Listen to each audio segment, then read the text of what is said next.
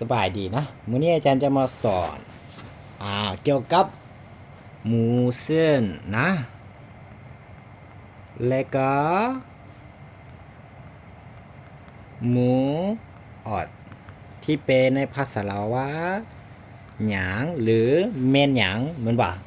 ฉะนั้นมีน้องๆหลายคนนะที่เขาจะงงว่าอ๋อเมื่อใดเขาจะใส่หมูเส้นและเมื่อใดเขาใส่หมูออกฉะนั้นมื้อนี้อาจารย์จะมาสอนให้นะตัวที่หนึ่งแมนเราจะสอนหรืออธิบายเกี่ยวกับหมูเส้นก่อนนะหมูเส้นที่แปลว่าหยางหรือเมนหยางหั่นมันจะใส่นะใส่อยู่ต่อหน้า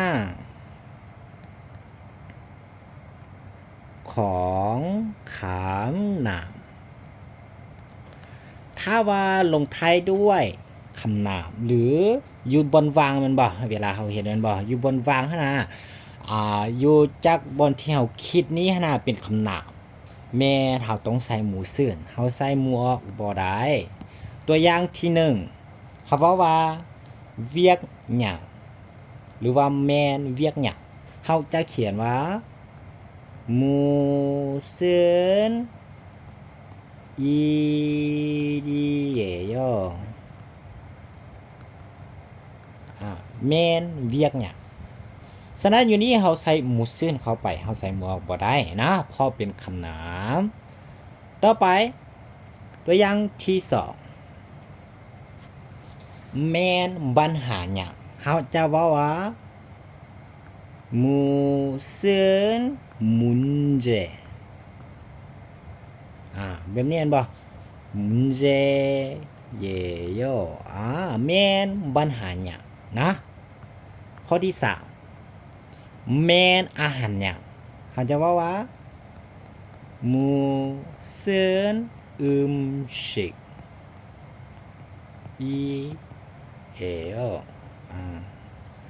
ฉะนั้นอย่างนี้เนี่ยหมูซื่นชิกนะเพราะว่าอยู่หลังนี่เป็นคำนามทั้งหมดอยู่หน้าต้องใส่หมูซื่นวันนี้เขาจะไปต่อตัวที่สองนะตัวอย่างที่สองเป็นของหมูออกนะตัวที่สองของหมูออกหมวกก็แปลว่าหยังนั่นปะแต่หมวกหั่นทั้งหลังหั่นจะใส่หั่นทั้งหลังหั่นจะมีขามกับมาหรือขามคุณนามทั้งหลังจะมีคำกำมะหรือคำคุณนามอยู่ทั้งหลังแมนเฮาจะใส่หมวกแต่หมวกหั่นมันจะมีตัวย่อแดนะคือหมูออกเสื้อ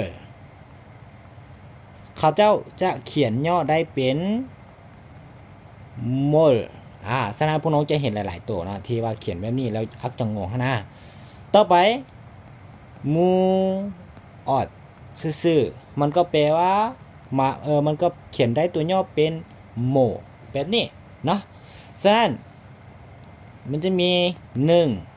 2 3มี3ตัวที่ว่าเขียนหรือว่าการผันเปลี่ยนได้ฉะนั้นเราจะไปตัวอย่างนำกันสำหรับหมูออกตัวอย่างที่1เขาว่ามักอาหารมักหยังนะมักหยังเขาจะเขียนว่าหมู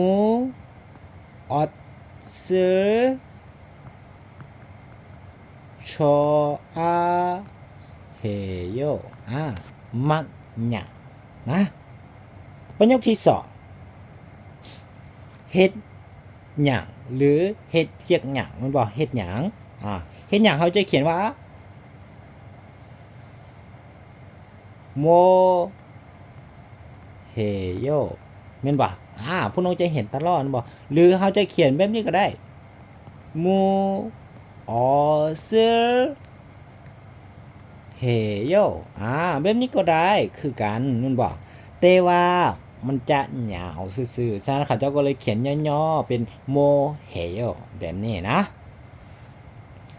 ต่อไปประโยคที่3จะว่ากินหยังแม่นบ่เขาจะว่าโมมูออซึ먹어요 แบบนี้นะว่ากินอย่างฉะนั้นสำหรับหมูออกกับหมูเสื่อนแมนใส่ต่างกันแบบนี้ซื่อๆนะฉะนั้นหวังว่าวิดีโอนี้จะเฮ็ดช่วยสามารถช่วยให้พวกน้องเข้าใจเกี่ยวกับคำศัพท์หรือว่า2ตัวนี้ให้ง่ายขึ้นเนาะระหว่างหมูออกกับหมูเสื่อนนะฉะนั้นถ้าว่าน้องๆคนไหนที่ว่าบ่เข้าใจไวยากรณ์ตัวใดหรืออยากให้อาจารย์อธิบายหรือสอนให้แม่นก็คอมเมนต์ไว้อยู่คอมเมนต์นะอย่าลืมนะอาจารย์ก็จะมาอธิบายให้โอเคขอบใจเด้อฝากติดตามอาจารย์เด้อ